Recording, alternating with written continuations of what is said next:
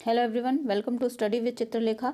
दोस्तों, हम लोग कर रहे हैं फिजिकल ज्योग्राफी का ये क्वेश्चन सेट पेपर नंबर 2। इससे पहले हम सेट 1 कर चुके हैं। उसमें हमने प्रीवियस ईयर्स के 26 क्वेश्चन देखे थे जो कि डिफरेंट एग्जाम्स में आए थे। आज हम सेट नंबर 2 करने जा रहे हैं। तो चलिए हम अपनी क्लास को शुरू करते हैं। क्लास को शुरू करने से पहले मैं आप लोगों को याद दिलाना चाहूँगी, अगर आप लोग चैनल पर पहली बार आए हैं तो चैनल को सब्सक्राइब कर लीजिएगा और बेल आइकन प्रेस कर दीजिएगा, जिससे कि आने वाले सभी वीडियोस की जानकारी आपके पास सबसे पहले पहुंच जाएगी।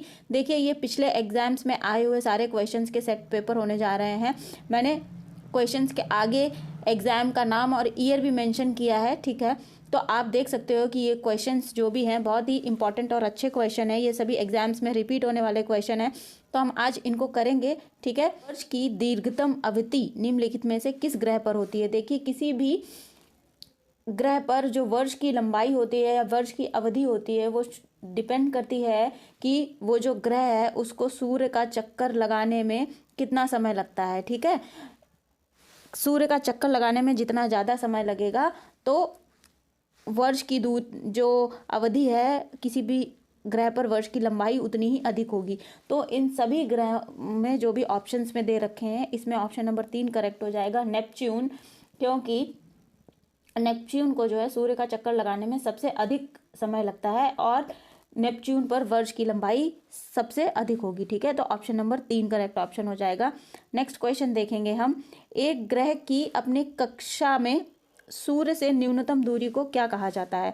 तो इसको उपसौर कहा जाता है जब कोई ग्रह सूर्य से न्यूनतम दूरी पर होता है, ठीक है। मान लीजिए पृथ्वी है, वो इस प्रकार से चक्कर लगाती है, ये उसकी कक्षा है। तो जब सूर्य से न्यूनतम दूरी पर होगी, मान लीजिए इलिप्टिकल आकार में सारे ग्रह सूर्य का चक्कर लगाते हैं, ये हम सभी जानते हैं। तो जो न्यूनतम दूरी है मान लीजिए यहाँ पर होगी, तो इस स्थिति को जब पृथ्वी यहाँ पर होगी तो इसको उपसौर कहेंगे, ठीक है। उपसौर को ही हम कहते हैं पेरीहिलियन। ये पिछली क्लासेस में हम कर भी चुके हैं। अगर आप लोगों ने वो डिटेल्ड वीडियो है उसमें मैंने पेरीहिलियन और अपहिलियन समझाया था, ठीक है। तो वो आप अच्छे तरीके से देख सकते हैं, उसको आप समझ जाएंगे। चलिए नेक्स्ट क्वेश्चन देखेंगे हम। चंद्र ग्रहण के समय निम्नलिखित में से कौन मध्य में रहता है? तो चंद्र ग्रहण के समय जो पृथ्वी है वो मध्य में रहती है। ऑप्शन नंबर 1 करेक्ट ऑप्शन हो जाएगा। आई होप ये सभी को आप लोगों को क्लियर होगा, इसमें ज़्यादा समझाने वाली कोई बात नहीं है। अगर कुछ ऐसा है तो आप लोग मुझसे कमेंट सेक्शन में पूछ सकते हो। अच्छा, एक चीज़ चंद्र ग्रहण के बारे में कि चंद्र ग्रहण तभी होता है जब चंद्रमा पूर्ण स्थिति में होता है। और पूर्ण स्थिति में कब होता है? पूर्णिमा के दिन चंद्रमा पूर्ण स्थिति में होता है। अर्थात चंद्र ग्रहण जो है हमेशा पूर्णिमा के दिन पड़ता है, अर्थात रात को पड़ता है, ठीक है। ध्यान रखिएगा इसको।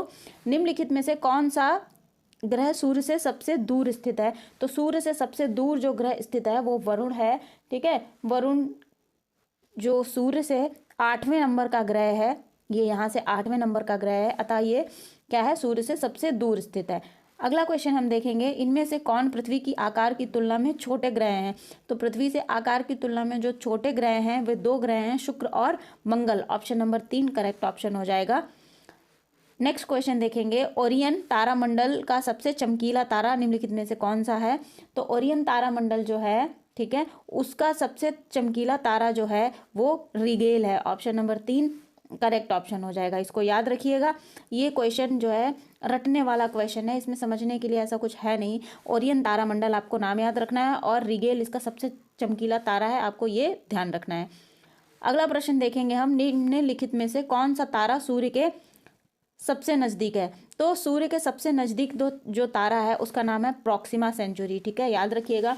कभी कभी क्वेश्चन हम लोग ध्यान से पढ़ते नहीं हैं और क्या करते हैं, जल्दी में क्वेश्चन पढ़ लेते हैं और क्वेश्चन का अर्थ हम सही से नहीं समझ पाते हैं। तो कोई भी क्वेश्चन है उसका अर्थ पहले समझना बहुत ज़रूरी है, ठीक है। तो यहाँ पे कह रहे हैं कि सूर्य के सबसे नज़दीक का तारा, पृथ्वी के सबसे नज़दीक का तारा सूर्य है, लेकिन इस क्वेश्चन में कहा जा रहा है कि सूर्य से सबसे निकटतम तारा कौन सा है? तो सबसे निकटतम तारा कौन सा हो जाएगा? प्रॉक्सिमा सेंचुरी हो जाएगा। इसको ध्यान रखिएगा। नेक्स्ट क्वेश्चन देखेंगे, ब्लड मून शब्द का उपयोग किसके लिए किया जाता है? तो ब्लड मून शब्द का उपयोग चंद्र ग्रहण के लिए किया जाता है। ऑप्शन नंबर 3 करेक्ट ऑप्शन होगा। ब्लड मून कब होता है? जब चंद्र ग्रहण होता है, ठीक है।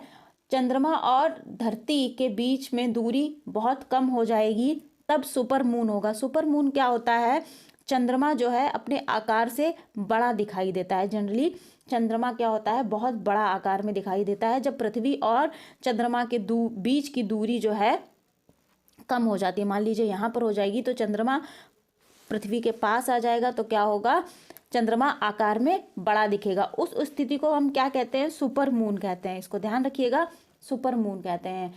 लेकिन जिसके बाद पृथ्वी की जो चंद्रमा की जो चमक होती है वो ज़्यादा दिखाई पड़ती है। लेकिन जब दूसरी तरफ चंद्र ग्रहण होता है, मतलब चंद्र ग्रहण वाले दिन ही जब चंद्रमा सुर्ख लाल हो जाता है तो उसे ही ब्लड मून कहते हैं। ठीक है, ये घटना चंद्र ग्रहण वाले दिन ही होती है, इसको आप ध्यान रखेंगे। ओरियन तारामंडल को अन्य किस नाम से जाना जाता है, तो ओरियन तारामंडल को किसी दूसरे नाम से जिसको जानते हैं उसको कहते हैं crux. Option number 4 correct option हो जाएगा। नेक्स्ट क्वेश्चन देखते हैं हम, सबसे बड़ा तारामंडल किसे माना जाता है, तो सबसे बड़ा तारामंडल जो है उसको हाइड्रा को माना जाता है। ऑप्शन नंबर 1 करेक्ट ऑप्शन होने वाला है। क्वेश्चन नंबर 37 देखेंगे, सूर्य का व्यास पृथ्वी के व्यास से कितना गुना है, तो सूर्य का व्यास जो है पृथ्वी के व्यास से 109 गुना है। ठीक है, अगर कभी आपके सामने आ जाए कि सूर्य और पृथ्वी के बीच की डिस्टेंस कितनी है या सूर्य पृथ्वी से कितनी किलोमीटर दूर है, तो ये आपका आंसर हो जाएगा 13,91,000 किलोमीटर पृथ्वी सूर्य से दूर है। अगर माइल्स में आ जाए ऑप्शन में तो 8,64,000 माइल्स हो जाएगा। ठीक है, ये इतना याद रखिएगा। नेक्स्ट क्वेश्चन देखेंगे, नीचे दिए गए ग्रहों में से सौर मंडल में कौन सा ग्रह सूर्य से सबसे अधिक दूरी पर है, तो सूर्य से सबसे अधिक दूरी पर जो ग्रह है उसका नाम हो जाएगा Varun. Option number 3 correct option हो जाएगा।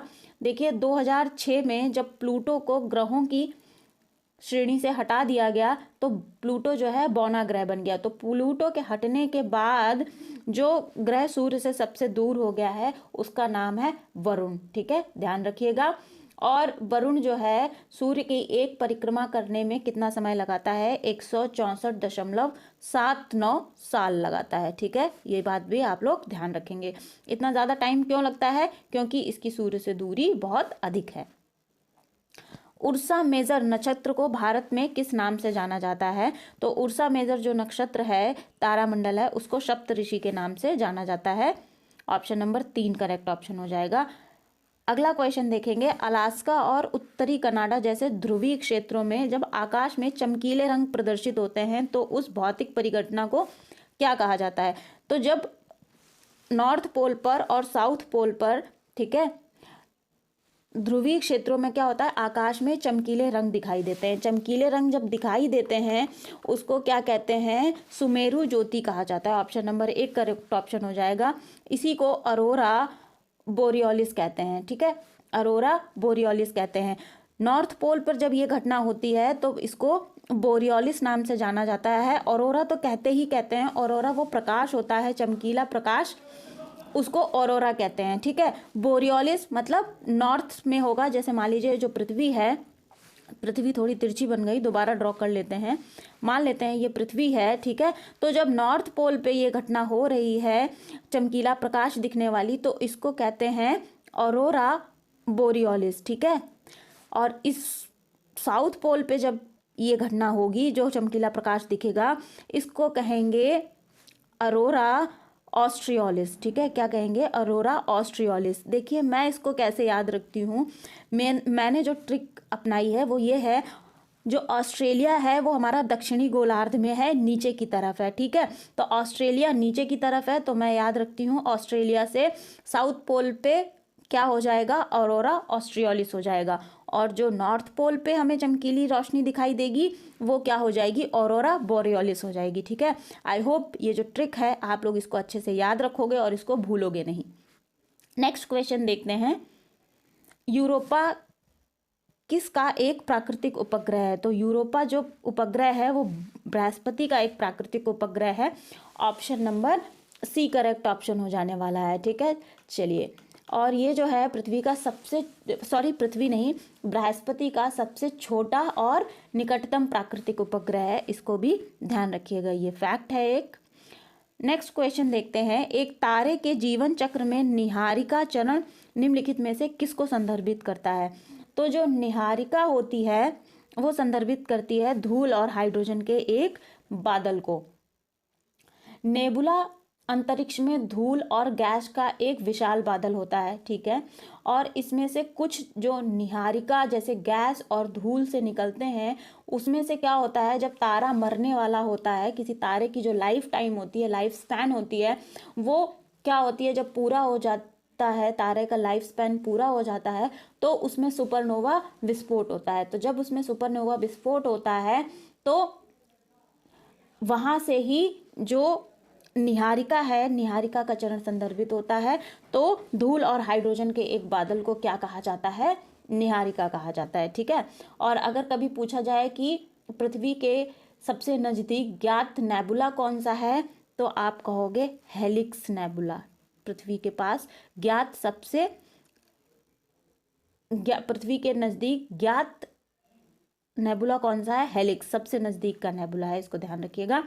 नेक्स्ट क्वेश्चन देखेंगे, निम्नलिखित में से कौन सा गैसीय ग्रह या जोवियन ग्रह नहीं है। नहीं को पहले अंडरलाइन कर लेना चाहिए जिससे कि आप नहीं ना भूलें। तो जो मंगल है ये पार्थिव ग्रह कहलाता है, जोवियन गैस ग्रह नहीं कहलाता है। क्यों? क्योंकि ये ग्रह ठोस है, तो मंगल ग्रह जो है पार्थिव ग्रह कहलाएगा, ठीक है। जो देखिए जो सौर मंडल है हमारा, मान लेते हैं ये सन है, तो पृथ्वी से पहले के जो ग्रह हैं वो पार्थिव ग्रह कहलाते हैं, और पृथ्वी से आगे के जो ग्रह हैं वो जोवियन ग्रह कहलाएंगे, ठीक है। इसको आप लोग ध्यान रखोगे। तो जो मंगल है, यहाँ पे हो जाता है बुध, यहाँ पे शुक्र हो जाता है, यहाँ पे पृथ्वी हो जाती है, यहाँ पे मंगल हो जाता है। लेकिन मंगल के आगे के जो भी ग्रह हैं वो सब जोवियन ग्रह कहलाएंगे, वो गैसीय ग्रह कहलाएंगे। निशाकाश मतलब रात्रि में आकाश में चमकने वाले पिंडों को किस नाम से जाना जाता है। तो सिंपल सी बात है, रात्रि में आकाश में चमकने वाले पिंडों को खगोलीय पिंडों के नाम से जाना जाता है। ऑप्शन नंबर 2 करेक्ट ऑप्शन होगा।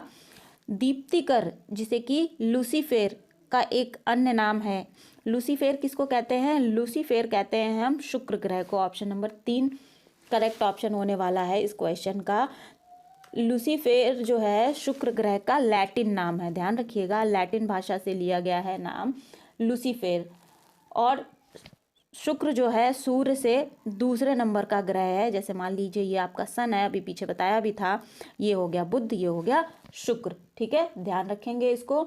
और शुक्र जो है, शुक्र को पृथ्वी की बहन कहा जाता है, सांझ का तारा, भोर का तारा भी कहा जाता है, और ये सबसे ज़्यादा चमकीला ग्रह है हमारे सौर मंडल का, ठीक है। तो आप लोग ये सारी चीज़ें ध्यान रखेंगे। नेक्स्ट क्वेश्चन, ग्रहों के वैज्ञानिक चंद्रमा के चारों ओर विद्यमान पतले गैसीय आवरण को क्या कहते हैं? तो जो वैज्ञानिक हैं वो चंद्रमा के चारों ओर जो पतला आवरण है उसे चंद्रमा का बहिर्मंडल कहते हैं, ठीक है।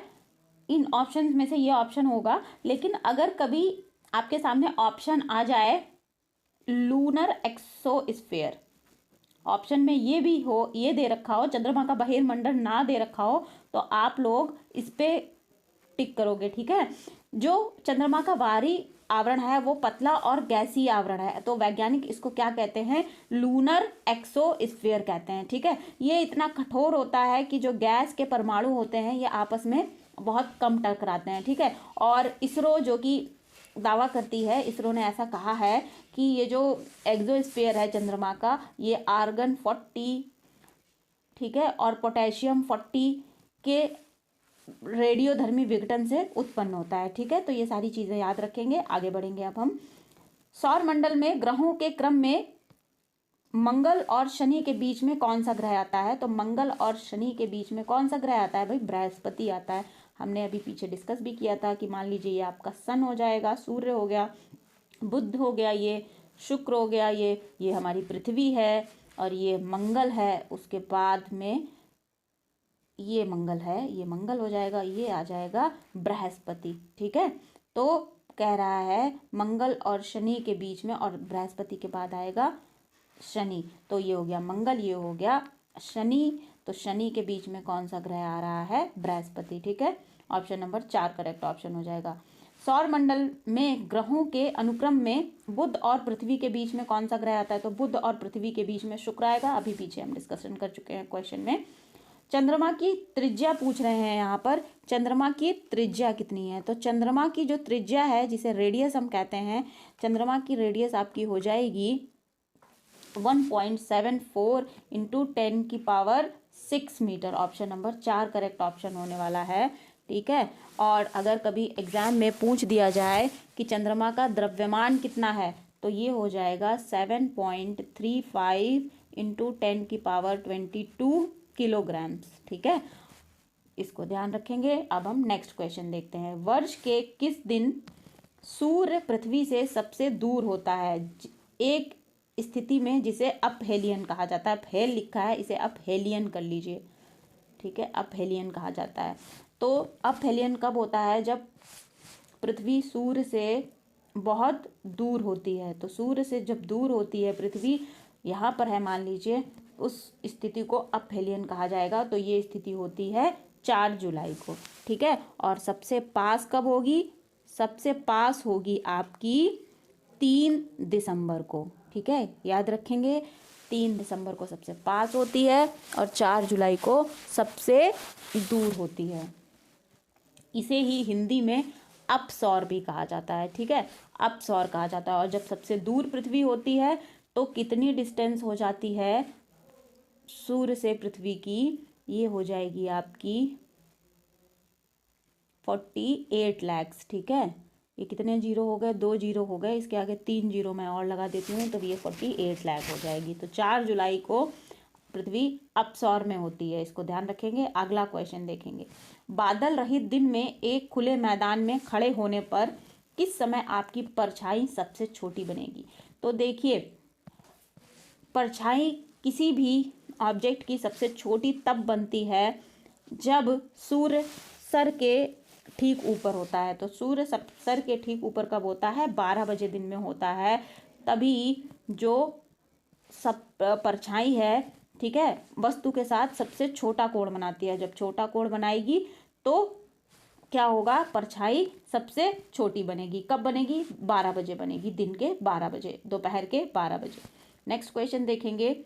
2 क्रमागत अमावस्याओं के बीच की अनुमानित अवधि कितनी होती है? तो 2 क्रमागत अमावस्याओं के बीच की जो अनुमानित अवधि होती है वो 29.5 होती है। ऑप्शन नंबर 4 करेक्ट ऑप्शन हो जाएगा।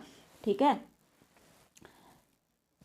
नेक्स्ट क्वेश्चन देखेंगे कि 3 नियमों की अवधारणा का श्रेय दिया जाता है। तो ग्रहों के जो गति के नियम दिए थे वो कैपलर ने दिए थे, जिनका कि पूरा नाम जोहान्स कैपलर है। ऑप्शन नंबर 3 करेक्ट ऑप्शन हो जाएगा।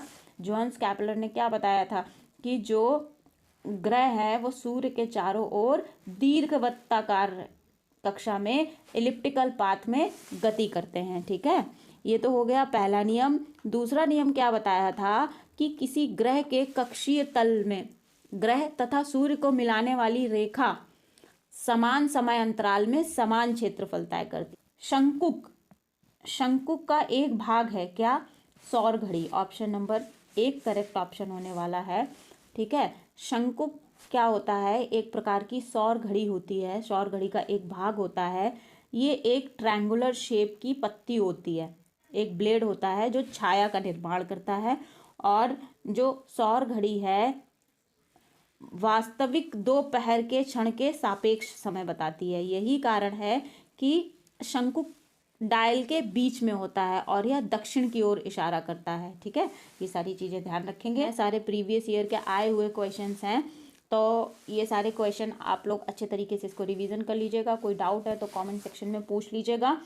और इसके बाद हम लोग जो करने वाले हैं वो हम लोग करेंगे पृथ्वी की आंतरिक संरचना पर क्वेश्चन करेंगे। मैं कोशिश करूंगी कि जल्दी से जल्दी भूगोल के प्रीवियस ईयर की क्वेश्चन की क्लास को मैं लेकर के आऊं। अभी जो भी एग्ज़ाम्स आने वाले हैं, एसएससी के एग्ज़ाम्स हैं और यूपी पुलिस का भी नोटिफिकेशन आ चुका है, उसका एग्ज़ाम भी फरवरी में होने वाला है। और भी जितने भी एग्ज़ाम एनटीपीसी और बैंकिंग के जिसमें क्वेश्चन आप लोगों के लिए हेल्पफुल हो सकते हैं, आप लोग अच्छे तरीके से इनका रिविज़न करिए, पढ़िए। और मैं नेक्स्ट क्लास में आप लोगों से मिलता है, तो चैनल को सब्सक्राइब कर लीजिए, बेल आइकन प्रेस कर दीजिएगा, नोटिफिकेशन ऑन कर लीजिएगा। अगर वीडियो पसंद आएगा तो लाइक और शेयर ज़रूर करिएगा। पढ़ते रहिए। Thank you everyone.